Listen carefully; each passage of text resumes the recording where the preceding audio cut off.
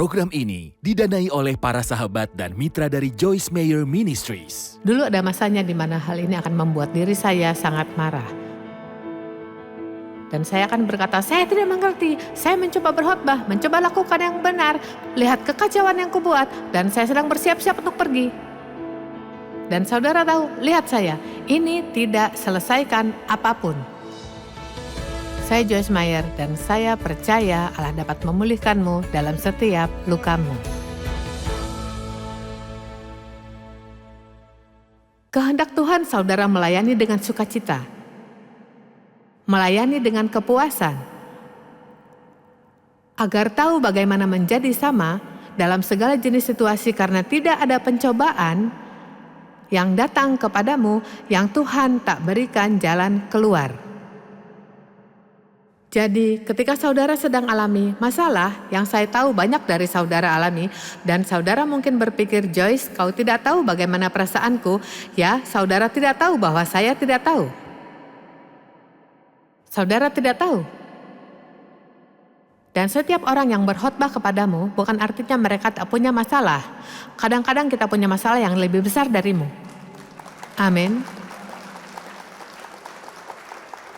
Dan saya percaya Tuhan ingin kita sampai pada titik di mana kita bisa jadi berkat bagi orang lain saat kita sedang terluka dan bermasalah. Amin. Kenyataannya, kupikir ini adalah salah satu hal yang paling kuat yang bisa saudara lakukan, dan banyak kali ketika kita punya masalah, kita ingin menarik diri dan mengasingkan diri dan pergi dan pikirkan masalah kita dan mungkin mengasihani diri, dan jika kita temukan seseorang untuk diajak bicara tentang masalah kita, bicara dengan Tuhan, beritahu tentang masalah kita, dan tidak peduli jenis masalah yang saudara punya bisa saja lebih buruk.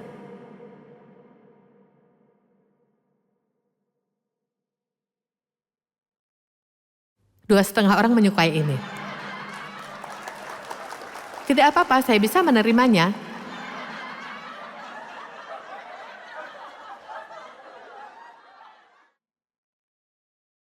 Alkitab mengatakan kalahkan kejahatan dengan kebaikan. Ya, ada begitu banyak kejahatan di dunia hari ini. Dan saya tahu banyak orang berpikir apa yang akan kita lakukan, apa yang harus kita lakukan. Ya, Roma 12 ayat 21 mengatakan kalahkan kejahatan dengan kebaikan. Dan bagiku ini adalah salah satu ayat paling indah di Alkitab. Hanya ada satu cara untuk menghilangkan kegelapan dan itu dengan terang.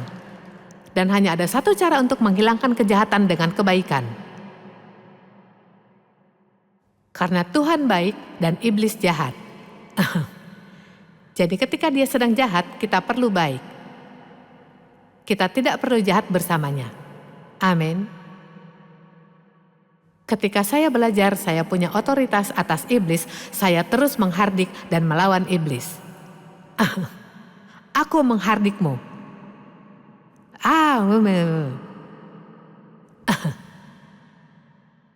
Dan apa yang sungguh ku coba lakukan adalah hilangkan masalah. Dan Tuhan berbicara dan berkata, ketika ku minta engkau melawan iblis, saya tidak menyuruhmu melawan masalahmu. Saya menyuruhmu untuk tidak bertindak seperti iblis saat saudara bermasalah.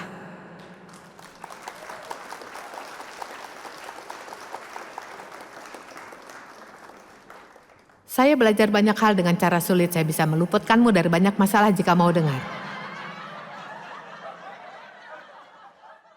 Lalu Paulus berkata di ayat 13, segala perkara dapat kutanggung di dalam Dia yang memberi kekuatan padaku.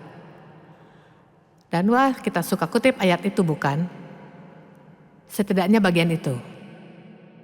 Segala perkara dapat kutanggung oleh Kristus yang memberi kekuatan padaku.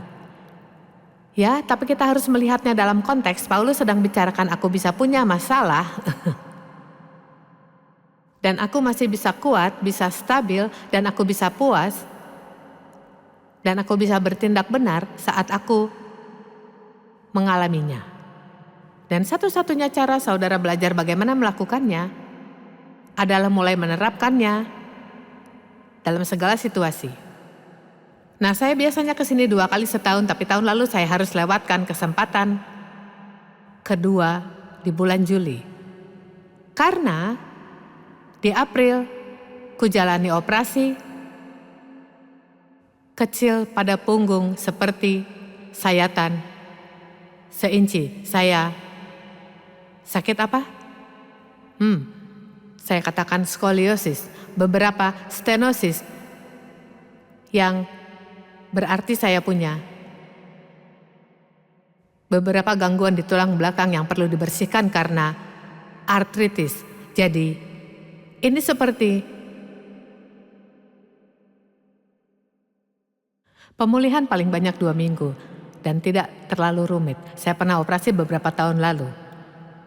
Tapi, saya pulang dan alami rasa sakit terparah yang pernah kurasakan dalam hidup. Bahkan anak-anakku katakan saya merangkak dan berkata, kalian harus membawaku ke rumah sakit.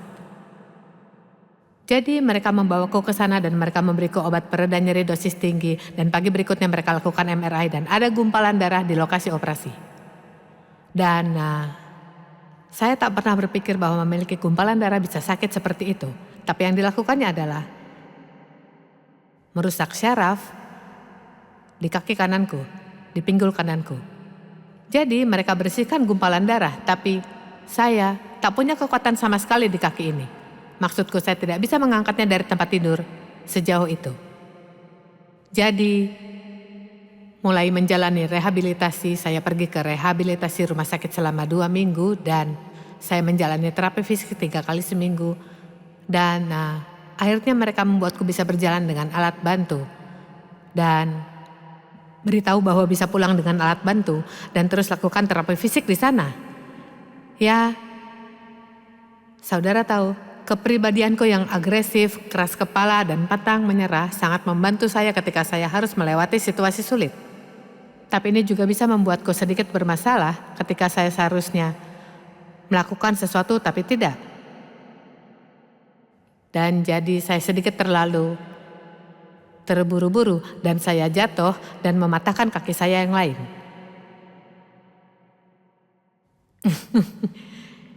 Jadi sekarang saya punya 2 kaki yang tidak berfungsi. Dan saya punya konferensi yang direncanakan dan saya akan berbicara di sana dan semua ini. Dan singkat cerita, saya sekitar 2,5 bulan di kursi roda. Seperti yang saudara lihat, saya sudah pulih dari semua itu. Tapi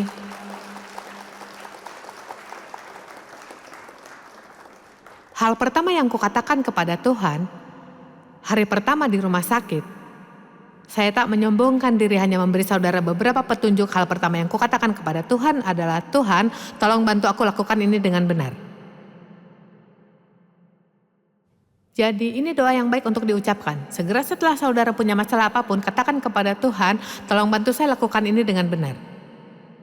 Dan yang kumaksud dengan itu adalah, bantu aku tetap stabil, bantu tetap sama, bantu aku tak mengeluh, bantu aku tak mengasihani diri, bantu aku tidak pemarah. Bantu aku mewakilimu di rumah sakit ini, baik kepada semua orang, biarkan terangku bersinar.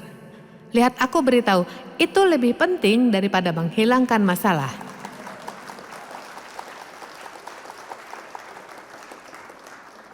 Karena apa? Apa yang kita katakan kepada dunia jika kita tidak pernah punya masalah dan kita bahagia? Apa yang iblis katakan tentang Ayub? Dia berkata, ya tentu saja dia bahagia. Engkau punya pagar perlindungan di sekitarnya. Dan jadi dia mulai punya beberapa masalah dan masih tetap stabil. Dan jadi Tuhan membantuku dan maksudku jika aku katakan sendiri saya bertindak cukup baik selama saat itu. Dan saya harus punya seseorang bersamaku 24 jam sehari dan keluargaku yang kasihan. Maksudku mereka harus bergilir, tinggal bersamaku. Maksudku hanya mencoba ke kamar mandi seperti mimpi buruk. Mereka mengajariku menggunakan alat bantu geser, jadi Kami punya kursi roda dan ini bisa diturunkan di satu sisi. Jadi seseorang pindah dari tempat tidur ke kursi roda dan kemudian ia akan pergi ke toilet dan kemudian ia akan harus berpindah dari kursi roda ke toilet dan kemudian ia harus berpindah kembali dari toilet ke kursi roda. Saya sering ke kamar mandi. Jadi karena saya minum banyak air, jadi kami tetap sibuk. Nah, 2 minggu yang lalu, saya masih tidak tahu apa yang benar-benar terjadi. Kecuali saat ini saya sedang menulis buku tentang apakah iblis itu nyata. Jadi, mungkin tahu apa yang terjadi, tapi saya bangun di tengah malam berpikir saya harus ke kamar mandi. Saya tidak berpikir, saya benar-benar sadar. Saya masuk ke kamar mandi. Dan saya berdiri di sana sebentar dan hal berikutnya yang saya tahu, saya merasa diriku jatuh ke belakang. Dan saya jatuh telentang ke belakang di lantai keramik marmer. Dan ya, punggungku sakit. Seseorang bertanya kepadaku tempo hari, apa yang akan kau lakukan akhir pekan ini? Saya akan berkhotbah.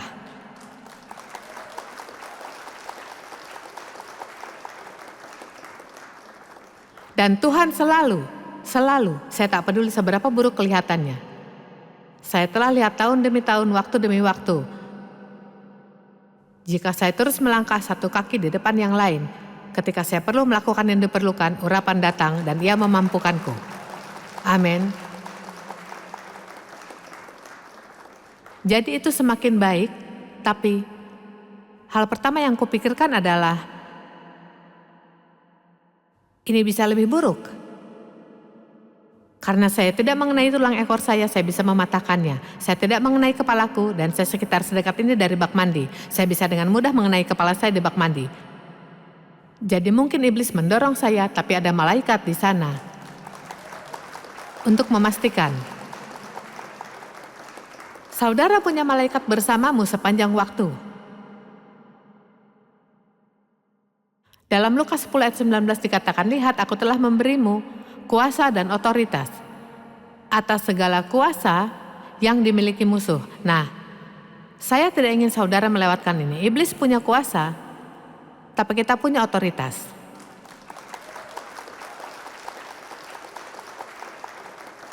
Dan kemudian dikatakan bahwa tidak ada yang akan menyakitimu dengan cara apapun. Ya, bisa kukatakan, tunggu sebentar. Saya jatuh di lantai, ya, saya tidak mati bukan? Lihat, kita selalu memikirkan apa yang terjadi dan kita perlu memikirkan apa yang tidak terjadi. Ayo, saya ingin itu tertanam dalam saudara. Tanamkan itu dalam saudara. Ya, ada hal-hal yang terjadi, tapi apa yang bisa terjadi jika perlindungan Tuhan tidak ada pada saudara? Pagi ini saya sedang siap-siap dan saya punya segelas teh penuh di atas meja dan entah bagaimana saya menjatuhkannya. Dan ada semua alat make up dan sisir, semua barang-barang. Saudara tahu bagaimana rasanya untuk memahami bagaimana menata penampilan dari bangun tidur sampai seperti ini. Ada banyak hal kalian para pria tidak mengertinya. Betapa saya berharap yang harus kulakukan hanya menyisir rambut dan mencukur. Tidak juga, karena kalau begitu saya bukan saya, tapi ini pakai usaha. Dan saya bersyukur kepada Tuhan atas pertumbuhan yang Dia berikan, karena dahulu akan ada hari ketika ini akan membuatku sangat marah. Dan saya tidak mengerti, saya mencoba berkhotbah, mencoba lakukan yang benar. Lihat betapa kacau diri saya sedang bersiap-siap pergi. Dan saudara tahu, lihat saya, ini tidak menyelesaikan apapun. Ini tidak memperbaiki masalah. Ayo, ini tidak membantu apapun. Itu membuat neraka tertawa. Haha, saudara kenal lagi. Saya melihatnya dan berkata, ya, itu bisa lebih buruk. Semua orang katakan itu bisa lebih buruk. Jadi saya hanya dengan sopan membersihkannya dan kembali bersiap-siap. Tuhan ingin kita belajar bagaimana tetap stabil. Nah, saya tidak. Jangan salah paham, saya tidak katakan saya tak pernah marah tentang apapun atau bahwa saya tak ada yang pernah menggangguku. Saya pasti jauh dari sempurna, tapi saya sudah banyak bertumbuh dan saya bersyukur kepada Tuhan untuknya. Terus-menerus frustrasi adalah kerja keras. Saudara tahu, ini benar-benar melelahkan saudara. Ya, saya beritahu beberapa hal yang bisa saudara syukuri jika saudara pikir saudara tidak punya apa-apa. Nomor 1, saudara bisa bersukacita bahwa namamu tertulis di surga dan akan habiskan kekekalan di sana. Ya, tidak peduli apalagi yang sedang terjadi, saudara tidak akan ke neraka. Itu kabar baik. Saya dengar itu bukan tempat yang sangat bagus. Saya baru-baru ini membaca bahwa 50% Kristen tidak percaya pada neraka dan mereka tidak percaya pada iblis. Ya, bukankah itu menyenangkan? Itu berarti saya bisa melakukan apa saja. Jadi itu mengapa saya menulis buku berjudul Apakah Iblis Nyata? Dan saudara lebih baik percaya dia ada. Saudara lebih baik percaya. Para murid diutus berdua-berdua untuk memberitakan bahwa kerajaan Allah sudah dekat. Dan Yesus memberi mereka kuasa untuk menyembuhkan dan kuasa untuk mengusir setan. Dan dalam Lukas 10 ayat 20, mereka semua kembali bergembira karena telah mengusir setan. Dan dengarkan yang Yesus katakan kepada mereka, jangan bersukacita karena ini, roh-roh itu takluk kepadamu, tapi bersukacitalah karena namamu tercatat di surga. Ini hal yang seharusnya paling membuat bahagia, tidak peduli yang terjadi dalam hidup. Kita akan menghabiskan kekekalan di dalam hadirat Tuhan. Wow, itu kabar baik. Tidak ada kesedihan, tidak ada tangisan, tidak ada air mata. Tidak ada orang jelek, hanya ada suasana penuh kasih. Wow. Nah, saya suka hal-hal yang indah dan jalan-jalan dari emas. Dan gerbang dari mutiara, maksud saya menantikan ini. Hal kedua yang bisa saudara syukuri adalah bahwa saudara punya kemampuan mengampuni orang.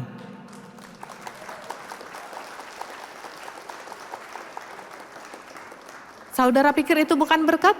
Itu adalah berkat. Saudara tidak harus marah, tidak harus geram, tidak harus kecewa, tidak harus tersinggung. Saudara bisa menjadi sangat mahir mengampuni orang bahkan saat mereka masih menyakitimu. Ya, setelah apa yang mereka lakukan kepada saya, mereka tidak pantas diampuni. Tidak, saudara benar, mereka tidak. Tapi saya kira saudara pantas, kan?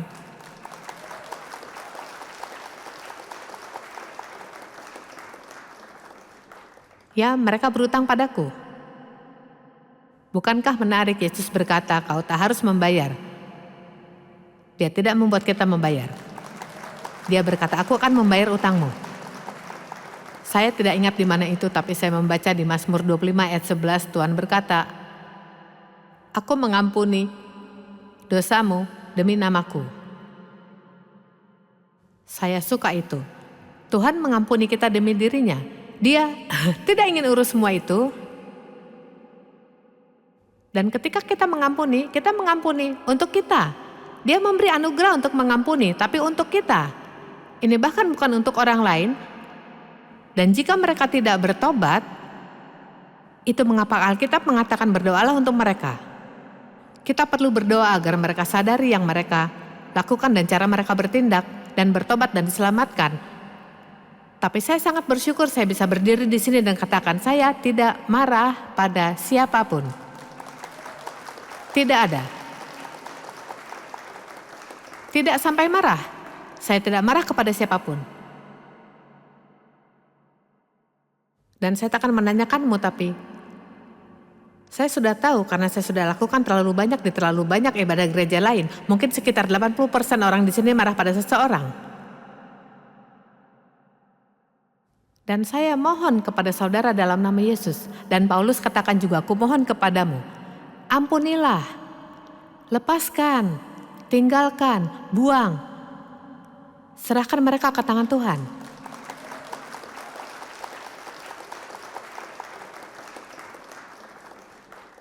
Dan jika saudara tak mengerti pengampunan ini bukan perasaan, saudara mungkin mengampuni seseorang dan masih tidak merasa berbeda tentangnya. Ini adalah keputusan bagaimana perlakukan mereka. Dengarkan saya, ini seberharga emas. Ini bukan tentang bagaimana perasaanmu. Banyak orang berdoa untuk ampuni seseorang dan mereka tidak merasa berbeda tentang dirinya.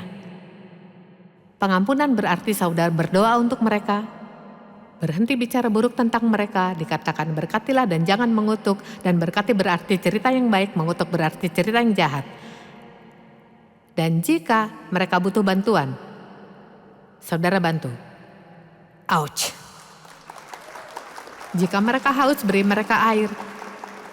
Jika mereka lapar, beri mereka makan. Secara harfiah berarti jika seseorang yang saudara masukkan dalam kategori musuh, jika mobil mereka rusak, tawarkan untuk menjemput dan antar mereka ke tempat kerja. Lihat, inilah saat dunia menjadi bingung. Saya tidak paham ini, tapi ini yang mengubah mereka. Amin.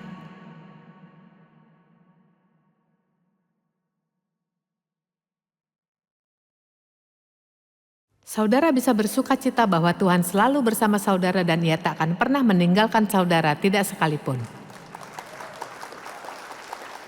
Tidak sedetik pun.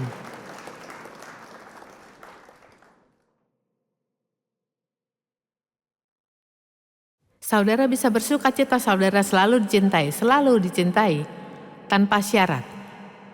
Tidak ada satu momen pun dalam hidupmu di mana Tuhan tidak mengasihimu. Dan paham ini, tidak peduli berapa banyak hal yang saudara lakukan dengan benar, Dia tidak akan pernah mencintaimu lebih dari yang Ia lakukan saat ini sekarang.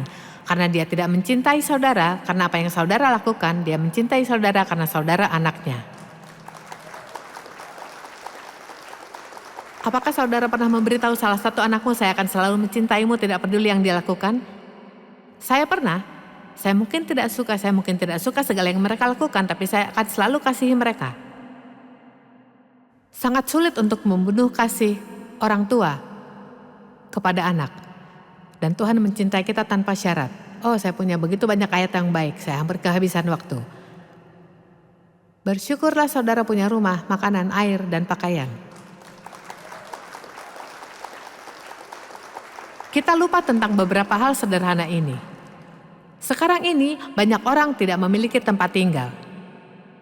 Tidak peduli seberapa besar masalah yang saudara punya, ini bisa lebih buruk. Lihat, saya ingin saudara mengingat ini. Kali berikutnya saudara punya masalah, katakan ini bisa lebih buruk. Tuhan bantu aku lakukan ini dengan benar. Dan terakhir, bersukacitalah. Roh Kudus tinggal di dalammu.